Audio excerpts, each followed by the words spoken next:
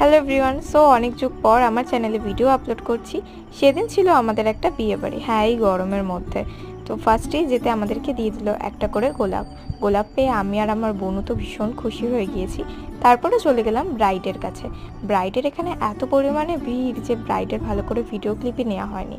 দেন চলে গেলাম স্টার্টার কাউন্টারে। ফার্স্টেই গিয়ে আমি খেয়ে নিলাম একটা আইসক্রিম। তারপরে চলে গেলাম পাপড়ি চাটের কাউন্টারে। ওখান থেকে এক প্লেট পাপড়ি চাট নিয়ে আমি, বোনু, মা তিনজনে শেয়ার করে খেয়েছিলাম। আমাদের যেদিন বিয়েবাড়িটা ছিল ওই দিন ভীষণ পরিমাণে গরম পড়েছিল, আর এত ভিড়ের মাঝখানে তো গরমটা একটু বেশি লাগছে। এত গরমের মধ্যেও আমি আবার গরম গরম মোমো নিয়ে খেতে স্টার্ট করে দিয়েছি।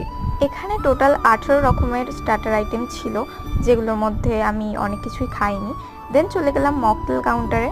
রাত অনেকটাই হয়ে গিয়েছিল, তাই আর বেশি দেরি করবো না, সবাই মিলে তাড়াতাড়ি খেয়ে বাড়ি চলে যাব।